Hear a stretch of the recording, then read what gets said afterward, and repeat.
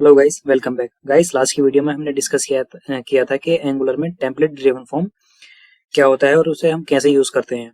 हमने डिफरेंस भी देखा था कि टेम्पलेट ड्रिवन फॉर्म और रिएक्टिव फॉर्म में क्या डिफरेंस है। अभी हमने थ्योरेटिकली स्टडी किया था कि डिफरेंस क्या होता है। तो मैंने टेम्पलेट ड्रिवन फॉर्म तो कंप्लीट कर दिया, इसका सिंटेक्स भी आपको बता दिया है। तो इस वीडियो में हम बात करेंगे कि रिएक्टिव फॉर्म क्या होता है।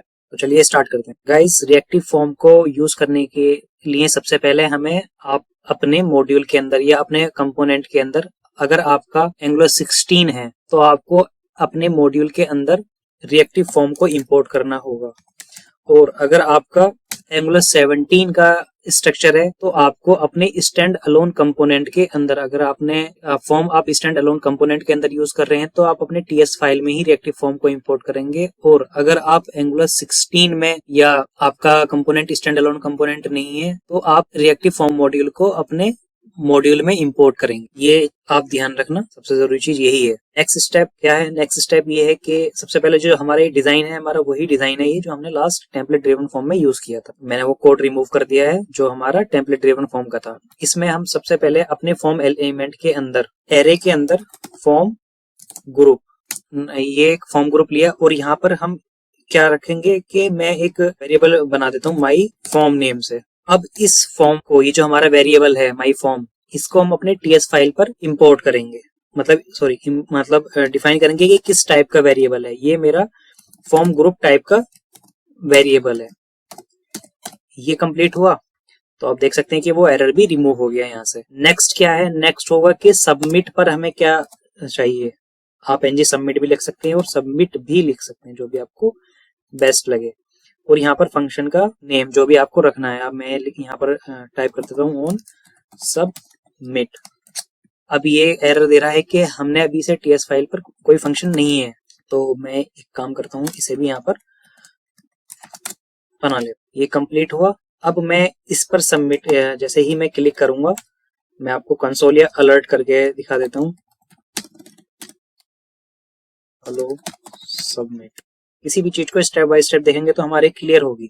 अब मैंने यहाँ पर क्लिक किया तो आप देख सकते हैं कि अलर्ट हमारा, मतलब हमारा जो फंक्शन था वो एग्जीक्यूट हो गया है, जो हमारा इवेंट था। ये चीज क्लियर हुई यहाँ पर। सेकंड स्टेप क्या है?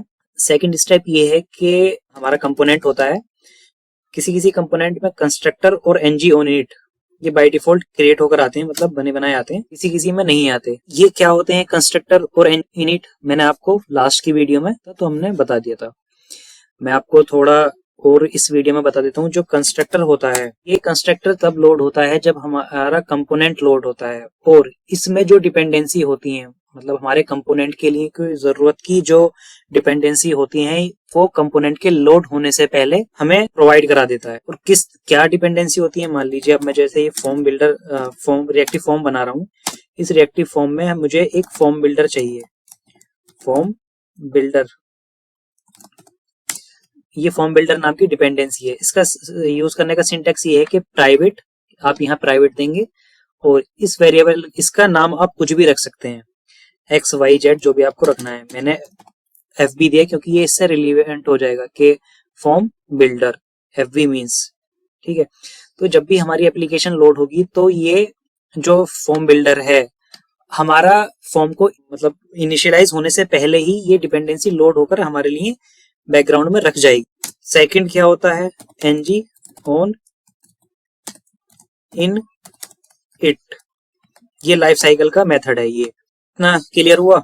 नेक्स्ट स्टेप ये है कि हमारा जो ये फॉर्म है, इस फॉर्म के हमें मतलब कंट्रोल्स बनाने के, हमारे कौन कौन से कंट्रोल हैं, जैसे नेम हो गया, ईमेल हो गया और पासवर्ड हो गया। तो उसके बनाने का तरीका है कि मैं इस वेरिएबल के अंदर, अब अगर आप जैसे कि आपने पहले भी यूज किया हो कि इस फॉर्म, माई फॉर्म के वेरिएबल को मुझे यहाँ एक्सेस करने के लिए मुझे दिस का यूज करना पड़ता है, दिस डॉट माई फॉर्म।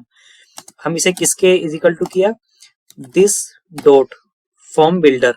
अब ये फॉर्म बिल्डर के अंदर देखो, ये जो फॉर्म बिल्डर होता है ना, हमने ये एक सर्विस ली, ठीक है। इसके अंदर मेथड बने बनाए होते हैं कि जो भी हमें मेथड की जरूरत होती है हम यूज कर लेते हैं। वो मेथड अब हमारे किसके अंदर हमने असाइन कर दिए? एफबी के अंदर। वो हम अब एफबी के अंदर से एक्सेस कर लेंगे। कौन सा मेथड चाहिए हमें? एरे चाहिए, कंट्रोल चाहिए, ग्रुप चाहिए, रिकॉर्ड्स मतलब जो भी चाहिए। अब मुझे क्या चाहिए, ग्रुप। ग्रुप किस लिए चाहिए, कि मुझे ग्रुप इसलिए चाहिए कि हमारे जो कंट्रोल हैं, जो मैंने आपको बताया नेम, ईमेल और पासवर्ड, उनको ग्रुप करने के लिए, ग्रुप करके इस वेरिएबल में असाइन करने के लिए। इस मेथड में हम किस तरीके से असाइन करते हैं, हम एक ऑब्जेक्ट बनाते हैं, ऑब्जेक्ट के अंदर जो भी हमें अब कंट्रोल बनाने हैं उस कंट्रोल को हम बना लेंगे। ये फॉर्म इस तरीके से बनता है। यहाँ उस कंट्रोल का नेम, जैसे कि मैंने आपको दिखाया कि हमारा यहाँ पर क्या है, ये नेम है, तो हमें यहाँ पर ये जो फॉर्म कंट्रोल बनाना है नेम नाम से ही बनाना है, फॉर्म कंट्रोल।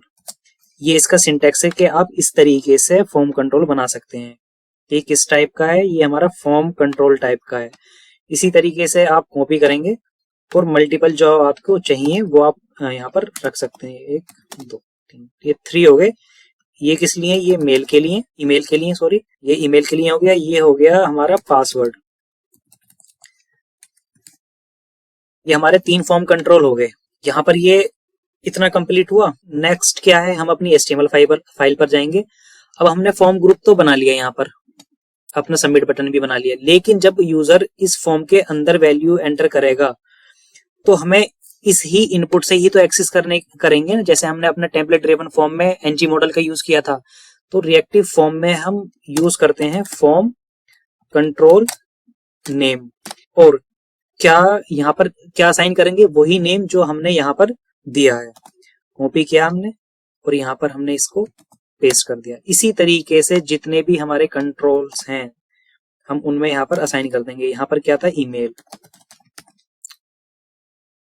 और इसमें क्या था, पासवर्ड।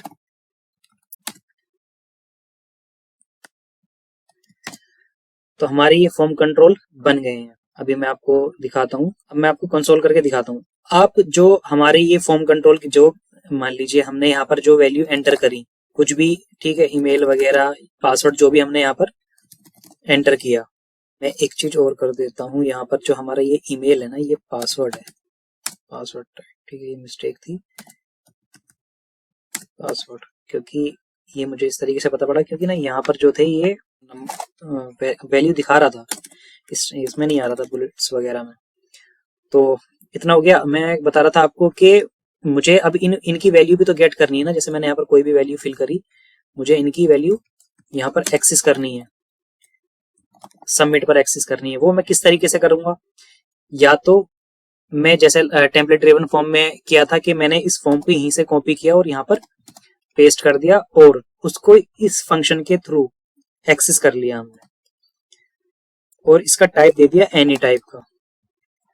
अब मैं आपको कंसोल करके दिखाता हूँ, console dot log my form, ये हो गया।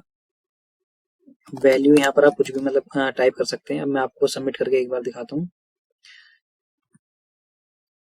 मैंने यहाँ पर टाइप किया टेस्टिंग, यहाँ पर भी मैं लिख देता हूँ टेस्टिंग, यहाँ पर पासवर्ड 1 2 3 4 5 6। अब मैं आपको यहाँ सबमिट करके दिखाता हूँ। मैंने किया इसे सबमिट। हम फॉर्म ग्रुप के अंदर गए, फॉर्म ग्रुप के अंदर हमने यहाँ पर चेक किया वैल्यू, वैल्यू हमें ईमेल मिल गया, पासवर्ड नेम मिल गया, पासवर्ड, पासवर्ड की आई थिंक स्पेलिंग मैच हो गई है फॉर्म कंट्रोल के अंदर से। मैं देख लेता हूँ एक बार, पासवर्ड, हाँ यहाँ एस है। हम सेम ये जो है यहाँ पर ही कॉपी कर देंगे। यहाँ मैं लिखता हूँ टेस्टिंग, यहाँ पे टेस्टिंग,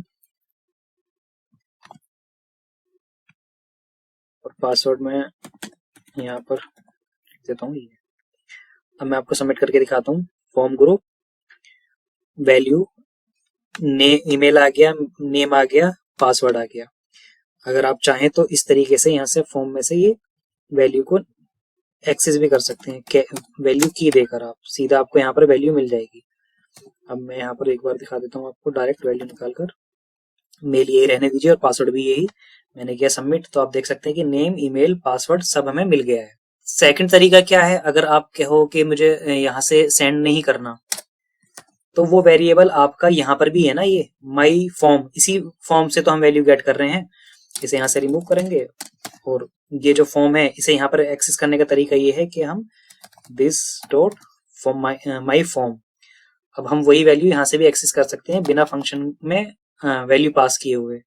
अब मैं आपको सबमिट करके दिखाता हूँ, तो सेम वैल्यू हमें वहां पर मिल गई है, जैसा कि आप देख सकते हैं।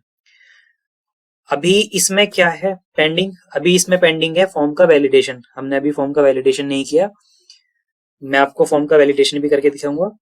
ये अप्रोक्स 1 से 3 वीडियो हम कंप्लीट करेंगे, क्योंकि ना अभी मैंने आपको इस तरीके से दिखाया है, इसी तरीके से मैं इसका आपको वैलिडेशन भी करके दिखाऊंगा कि आप वैलिडेशन कैसे कर सकते हैं। एक चीज और मैं आपको बताता चलूं कि अगर आप चाहो, मतलब क्या होता है कि कोड को बेटर लिखने के लिए हम क्या करते हैं, एक फंक्शन बनाते हैं इन इट फॉर्म नाम से, और इस कोड को, क्योंकि ये तो कंप्लीट कोड एक ही है ना हमारा, जैसे कि मैं कहना चाह रहा हूं, मैंने इसे कॉपी किया है यहां से और मैंने यहां पर पेस्ट कर दिया। अब हमें फॉर्म को इनिशियलाइज करना है ना ngOnInit में, तो हम यहाँ पर एक इस फंक्शन को इनिशियलाइज कर सकते हैं इस तरीके से। हमने क्या किया, वो जो पूरा कंप्लीट कोड था हमारा, हमने एक फंक्शन बनाया और उस फंक्शन को हमने ngOnInit में कॉल कर लिया। अभी ये चीज आपकी क्लियर है, कंस्ट्रक्टर आपके क्लियर है, ngOnInit क्लियर है, ठीक है।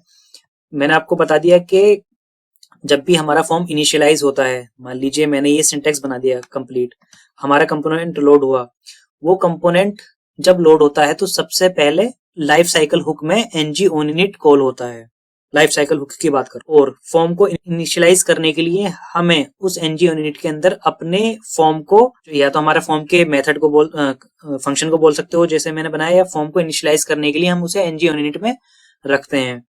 और ngOnInit से पहले हमारा कंस्ट्रक्टर कॉल होता है। बेसिकली हमारे कंपोनेंट के लिए मैंने आपको लाइफ साइकिल हुक में बताया कि हमारी सर्विसेज वगैरह होती हैं, उन सर्विसेज को लोड कराने के लिए, क्योंकि आपके कंपोनेंट से लोड मतलब जैसे आपका कंपोनेंट लोड हुआ, उस कंपोनेंट को लोड होने से पहले ही आपको जो डिपेंडेंसी की जरूरत होती है, जैसे कि मुझे कंपोनेंट को लोड होने से पहले, इनिशियलाइज होने से पहले इस फॉर्म को इस सर्विस की जरूरत, तो ये कंस्ट्रक्टर क्या करता है, सबसे पहले आपके कंपोनेंट में यही कॉल होता है, देन ngOnInit कॉल होता है। तो हमारी सर्विस इनिशियलाइज हो गई यहाँ पर, और उसके बाद ngOnInit कॉल हुआ तो फॉर्म बिल्डर का यूज हमने, जो इसके अंदर ग्रुप मेथड है उसका हमने यूज कर लिया, क्योंकि वो पहले से ही इनिशियलाइज हो गया। नेक्स्ट वीडियो में हम इसी मेथड के थ्रू, मतलब इसी के थ्रू हम फॉर्म वैलिडेशन करेंगे। For watching.